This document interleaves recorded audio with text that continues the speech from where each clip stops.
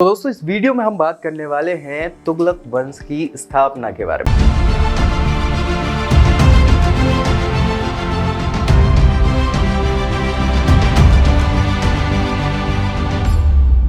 हुआ खिलजियों का और कैसे स्थापना हुई तुगलक वंश की, इसकी बात हम कर चुके हैं, लेकिन फिर भी गाजी मलिक या गाजी तुगलक की बात हम करने वाले हैं। यहाँ पे गाजी तुगलक ने क्या किया, खुसरो शाह को, जो खुसरो शाह यहाँ पे सेनापति या वजीर हो जाता है मुबारक शाह के समय, मुबारक शाह रंगीला हो जाता है, अपने आप में रंगीनियाँ करने लग जाता है, जिसके कारण जनता असंतुष्ट हो जाती है और उसी का फायदा उठा के वजीर खुसरो, है ना, खुसरो जो है वो मार देता है और खुसराव शाह या खुसरो शाह के नाम से गद्दी पे बैठ जाता है। उसी समय इसने क्या है, बहुत अपार जनसंपदा लोगों को बांटी, या जो अमीर थे, संत थे, जो सबको खूब पैसा बांटा, ठीक है। और उसके अलावा बहुत सारे पद प्रतिष्ठा भी लोगों को दी, जिसमें जूना खां, फखरुद्दीन जूना खां आखुर हुआ करता था। जूना खां ने क्या किया, देखा कि भाई यहाँ पे बहुत ज्यादा गड़बड़ियां चल रही हैं, उसको अपने पिता गाजी तुगलक को बता देता है। पिता गाजी तुगलक चूंकि सेना नायक हुआ करते थे, पश्चिम उत्तर प्रांत को संभालते थे और मंगोलों के आक्रमणों को कई बार विफल किया था, इसीलिए पहला ऐसा व्यक्ति था जिसको गाजी की उपाधि दी गई थी। तो गाजी तुगलक ये हो गए, और ये गाजी तुगलक को जब पता चला तो वो अपने साथ लोगों को साथ करते हुए आए, युद्ध हुआ। युद्ध में फाइनली खुसराव शाह को मार दिया गया। खुसराव शाह के मारने के बाद जब दिल्ली ये पहुंचे, दिल्ली में ही जब मारा, तो इन्होंने बड़ी ही तत्परता से जो अमीर तुर्क थे या अमीर लोग जो थे दिल्ली के, काजी वगैरह, ताकि जितने भी बड़े लोग थे, उलेमा वगैरह, सबको इकट्ठा किया और उनसे पूछा कि भाई कोई है, कौन कोई है जो खिलजी के वंश से संबंधित बचा हुआ हो। अब भाई खिलजी के वंश से संबंधित कोई बचा हो तो ले आओ, उसको हम सिंहासन पे बिठा दें और हम उसकी स्वामी भक्ति करें, क्योंकि अलाउद्दीन के समय से हम स्वामी भक्त हैं और अपना काम बड़ी तत्परता से कर रहे हैं। जिसका पूरा का पूरा परिणाम दिल्ली की जनता देख चुकी थी कि भाई कैसे उनने ऐसे विपत्ति के समय में इतना अच्छा साहस भरा काम किया। सारे उलेमा हो गए, अमीर हो गए, जितने भी बड़े बड़े प्रतिष्ठित लोग थे, सबके दिलों में भर गया कौन, गाजी तुगलक। चूंकि कोई खिलजी वंश का व्यक्ति बचा ही नहीं था, तो हुआ ये कि उलेमाओं ने क्या किया, आग्रह किया कि महोदय आप ही बन जाओ शासक, क्योंकि आपने इतना असीम साहस का परिचय दिया, इतना अच्छा काम किया, विपत्ति से उजागर किया, सब बढ़िया है, और आप कहीं ना कहीं स्वामी भक्त भी रहे, तो हमें लगता नहीं है कि ऐसा कुछ गलत काम करोगे। पहली बार दिल्ली सल्तनत में आम सहमति से जो राजा चुना गया, वो चुना गया गाजी तुगलक। गाजी तुगलक ने खुद को गयासुद्दीन, क्या, गयासुद्दीन तुगलक के नाम से गद्दी पे आसीन किया। 1320 में यहाँ पे आपका वंश परिवर्तित हो जाता है, खिलजी वंश से नया वंश आ जाता है, तुगलक वंश, ठीक है। लेकिन गयासुद्दीन तुगलक अच्छा शासक था, सब कुछ था, बावजूद उसके 1325 तक ही शासन ये कर पाते हैं। और यहाँ पे इनके बाद, इनकी मृत्यु के पश्चात, इनका बेटा जो जूना खां हुआ करता था, उसको गद्दी पे बिठाया जाता है। तो हम यहाँ बात करेंगे केवल गयासुद्दीन तुगलक के कार्यों की, कैसा था, सारी चीजों के बारे में, ठीक है, कोई दिक्कत। बढ़ते हैं आगे। मैं आपको बता दूं, सबसे पहले तो गयासुद्दीन तुगलक चूंकि भारत में ही जन्मा था, इनके पिताजी जो थे वो तुर्क थे, हालांकि उसमें मंगोल का रक्त भी मिल चुका था तब तक, लेकिन बावजूद उसके इनकी महिला जाट महिला थी, हिंदू जाट महिला, ठीक है। सो उसके कारण ये गयासुद्दीन तुगलक चूंकि भारत में ही जन्मे थे, लेकिन हाँ, असीम साहस पराक्रम की पराकाष्ठा पे थे, सेनापति बन चुके थे खिलजी साम्राज्य पे। इन्होंने मंगोलों पे भंवर आक्रमण करके, मतलब जो मंगोल आक्रमण कर रहे थे, उन आक्रमणों का सफलतापूर्वक विरोध किया था, और उसी के चलते इन्हें गाजी की उपाधि से सम्मानित भी किया गया था। तो दिल्ली सल्तनत का पहला सुल्तान है ये, जिसको गाजी की उपाधि भी मिली हुई थी, ठीक है। उसके बावजूद इतना साहस, परिणाम दूसरा अच्छा था कि ये योग्य शासक था, कुशल था, उदार व्यक्ति था, विद्वान तो था ही। इन सारी की सारी खूबियों के कारण सारे अमीरों ने, उस समय के उलेमा, काजी, जितने भी धार्मिक नेता थे, सबने मिल के पहली बार आम सहमति से, जनता भी खुश थी, इसको शासक बना दिया। यानी तुगलक वंश पहला ऐसा व्यक्ति है जिसको आम सहमति के साथ, चुनाव के साथ शासक बनाया गया। उसी चीजों पे ये खराबी उतरता है, किसी भी प्रकार का कोई विद्रोह रहता नहीं है, क्योंकि जब सभी के सभी लोग तैयार थे इसको शासक बनाने में, तो आंतरिक विद्रोहों की बहुत कमी हो गई। लेकिन समस्या अभी भी थी कि भैया खुसरो ने क्या कर दिया था कि सारा का सारा पैसा बांट दिया था लोगों को। तो इनने कहा कि यार राजकोष खाली है तो क्या किया जाए। तो उसके लिए इन्होंने सबसे पहले तो जितने लोगों को बांटा गया था पैसा, उनसे दरखास्त करी कि भैया जिन भी लोगों को खुसराव ने या खुसरो ने पैसा बांटा है उस पैसे को आप वापस कर दीजिए। मैक्सिमम लोगों ने पैसा वापस कर दिया। बस एक ही व्यक्ति बचे थे, औलिया का नाम आपने सुना होगा, निजामुद्दीन औलिया। निजामुद्दीन औलिया ने कोई पैसा वापस किया नहीं। तो शुरुआत से ही क्या हुआ कि चूंकि इस्लाम में संगीत पे पाबंदी है, लेकिन निजामुद्दीन औलिया जो है वो भंवर संगीत बजाते रहते थे, तो इस समस्या का विषय था कि इस्लाम के विरोधी भी थे, है ना, संत थे। लेकिन अब हुआ ये कि इनका जो लड़का है जूना खां, वो उनको अपना गुरु मानता था। ये समस्या का विषय था, क्योंकि इनकी करीबियां थी जूना खां और सारी, तो सारी चीजों के चलते अब कुछ कर नहीं पाते। इनने कई बार बड़े बड़े विद्वानों को बुलाया, उलेमाओं को बुलाया, उन्होंने पूछा कि भैया क्या ये व्यक्ति सही है अलग, औलिया निजामुद्दीन औलिया। तो उन्होंने कहा कि यार वो अलग प्रकार से चल रहे हैं, इस्लाम में ही हैं, और वो इतने बड़ी ऊंची ख्याति पे पहुंच गए हैं कि उनके लिए ये सारी चीजें सही है। तो अब ये खुल के विरोध भी नहीं कर पाए निजामुद्दीन औलिया का, है ना। लेकिन पैसा इनको दे चुके थे, अच्छा वो पैसा खर्च भी कर चुके हैं निजामुद्दीन औलिया, तो पैसा उनके पास था नहीं, वापस क्या करते।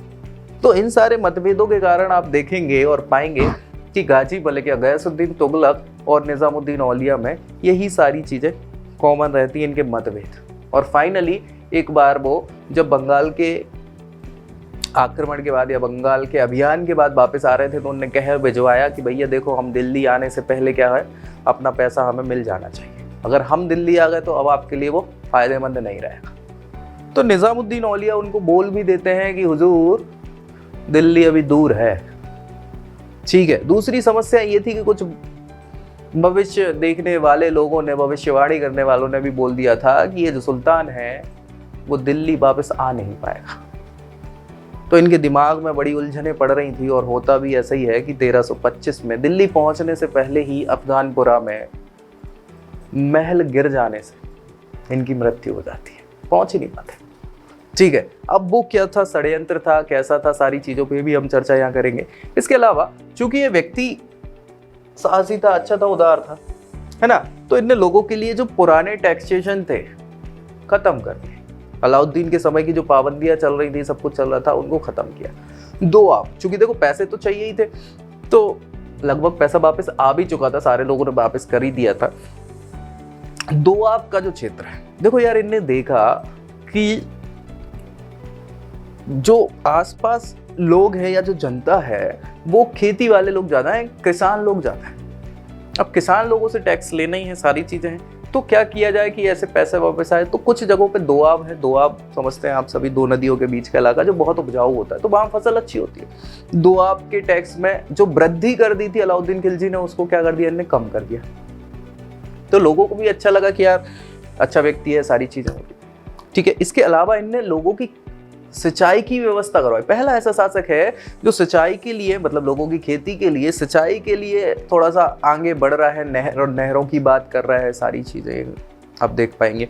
तो 2 नहरें भी इन्होंने खुदवाई, कुछ जगहों पे 4 नहरें भी आता है लेकिन विद्वानों के द्वारा, लेकिन ठीक है एटलीस्ट 2 तो इनने नहरें खुदवाई, ताकि लोगों में वो सारी चीज, तो उससे भी टैक्स बढ़िया आना चालू हुआ, सारी चीजें, ठीक। ये सारी चीजें करने के अलावा, ठीक है, धार्मिक रूप से भी इन्होंने अपने आप को थोड़ा सा, चूंकि उलेमा और इन सारी चीज़ों की बात करते थे और सब लोगों के साथ चलते थे, तो धार्मिक रूप से भी काम अच्छा करा, सब बढ़िया। ज़्यादा विद्रोह भी नहीं हुए इनके समय का, चूंकि इन्होंने अपना उत्तराधिकारी जूना खां को, देखो यार इनके टोटल 5 लड़के थे, है ना, मुबारक, मोहम्मद, उलूग और एक और नाम है जो मैं भूल रहा हूँ। तो वो सब होने के बावजूद ये जूना भी थे, लेकिन जूना सबसे कुशल व्यक्ति था, है ना। कुशल व्यक्ति होने के कारण उत्तराधिकारी भी इनने घोषित करके रखा था खुसरो को, जूना खां को। तो कोई समस्या थी ही नहीं, ताकि आगे उत्तराधिकार का युद्ध ना हो, सब कुछ। लेकिन ये जूना खां जो है महत्वाकांक्षी व्यक्ति था, सब कुछ था। तो यहाँ एक जो कॉन्फ्लिक्ट समझ में आता है वो ये आता है कि क्या जूना खां ने ही मारा अपने पिताजी को, अब इस चीज की बात आती क्यों है, क्योंकि जब बंगाल में गए, देखो बंगाल में अगर हम बात करें तो बहुत समय पहले जब बलवन था तो बलवन के 2 बेटे थे, एक बुगरा खा भी था, तो बुगरा खा चला गया था बंगाल और बंगाल में उसने अपना शासन स्थापित कर दिया था, उसके बच्चे जो हैं कैकाउस वो फिर तो वहाँ उत्तराधिकार बंगाल पे किसका चल रहा था, बलवन वाले वंश का चल रहा था। फिर वो उनके खत्म होने के बाद थोड़ा सा विद्रोह का माहौल बढ़ गया, उन्हीं के वंश के लोगों में से एक लड़का आ गया किसके पास, गयासुद्दीन के पास, कि भैया हमारी सहायता कर दो, हम आपका अधिकार कर लेंगे, मतलब अधिकार मान लेंगे और सारी चीज़ें हो जाएगी। तो मान जाते हैं, नसीरुद्दीन ही नाम रहता उसका, तो जाते हैं बढ़िया उसके साथ युद्ध करने, वहाँ बंगाल का अभियान करने। बंगाल का अभियान करने के समय दिल्ली का सुल्तान ये किसको छोड़ के चले जाते हैं, जूना खां को, कि भैया तुम देखना सारी चीज़ें। तब तक जब ये अभियान जीत के वापस आते हैं तो ये भिजवा देते हैं क्या कि हम, मतलब देखो यार थोड़ा सा समय लग गया था इन्हें इस बंगाल के अभियान में सारी चीज़ें, तो ये वो भिजवाते हैं खबर सूचना वगैरह किसको, जूना खां को, कि जब तक हम आएंगे तो हम क्या करेंगे कि आप दिल्ली के आसपास ही एक भव्य महल तैयार करवा लो, वहाँ से सब सज धज के ही नगर में प्रवेश करेंगे। तो अफगानपुरा जगह रहती है, वहाँ ये बढ़िया एक अच्छा सा भवन बनवाते हैं। लेकिन यहाँ कहा जाता है कि जो वास्तुकार थे, वास्तुकार के साथ जूना खां मिल जाते हैं और उनसे बोलते हैं कि हम तुम्हें, अगर हम सुल्तान जल्दी बन जाते हैं, अगर ये हमारी षड्यंत्र सफल होता है, आपको क्या करना है कि महल ऐसा बनाना है जो दिखे तो बहुत अच्छा लेकिन उसकी नींव हो कमजोर, और नींव कमजोर होगी तो क्या करेंगे अपन, उसको जैसे ही हिलाएंगे, अब हिलाएंगे मतलब खुद से तो नहीं हिलाने वाले, हाथी आएंगे तो हाथियों के चलने से वो ऐसा हिलेगा और हिलने के कारण, कमजोर नींव होने के कारण वो धंस जाएगा। तो ये अगर मान लो हम अपन अपने षड्यंत्र में शामिल के साथ साथ अपन अपने षड्यंत्र में कामयाब नहीं हुए तो ये कहने को हो जाएगा कि ये प्राकृतिक आपदा थी जिसमें आप बच गए, हमने तो बहुत अच्छा करा था, और अगर कामयाब हो गए तो बहुत अच्छी बात है, आपको हम वजीर बना देंगे, पैसा तो देंगे। तो भाई वास्तुकार मान जाता है और ये सारी चीज़ें हो जाती हैं। अब बहुत सारे लोग आते हैं, जब लौट के आते हैं तो वहाँ पे दावत चल रही थी, सब कुछ है, दावत के बाद सब निकल जाते हैं, ये बैठे रहते हैं और बैठे रहते हैं, थोड़ी देर में वो हिलता है महल और वो महल के अंदर ही दब के रखते हैं। तो फाइनली कवर अवर फिर बाद में वहीं फंस ही जाते हैं, ख़त्म हो जाता है, क्योंकि इतना लेट हो जाता है उनको निकालने में कि ख़त्म हो जाता है माहौल इनका। तो ऐसे करके क्या हो जाता है, जूना खां, अच्छा जूना खां भी दक्षिण में अभियान करते देवगिरी के समय 1322-23 के आसपास, तब भी वो ऐसी झूठी खबर फैला देते हैं कि सुल्तान तो गए, लेकिन बाद में जब वो जीत के आते हैं, पैसा देते हैं, तो सुल्तान बोलते हैं कि उत्तराधिकारी तो इसको बना ही था। तो उसमें शुरुआत से ही कहीं ना कहीं षड्यंत्र के गुण विद्यमान रहते हैं। फाइनली अच्छा दिल्ली के आसपास इन्हें तुगलकाबाद, तुगलक के नाम से तुगलकाबाद एक नए शहर की रचना भी करी, नया नगर भी बसाया। तो अपने आप में ये बहुत सही व्यक्ति रहा, साहसी व्यक्ति रहा। लेकिन फाइनली 1325 की मृत्यु हो जाती है अकारण, नहीं तो और अच्छा शासन कर सकते थे जो, और इनकी मृत्यु के बाद जूना खां को चूंकि ये उत्तराधिकारी घोषित कर चुके थे और बाकी के 4 और भाई जो थे वो इतने ताकतवर थे नहीं, इतने योग्य थे नहीं, तो वो लोग भी इनका विरोध करते थे। आगे जाके जूना खां ही जो है वो मोहम्मद बिन तुगलक, क्या मोहम्मद बिन तुगलक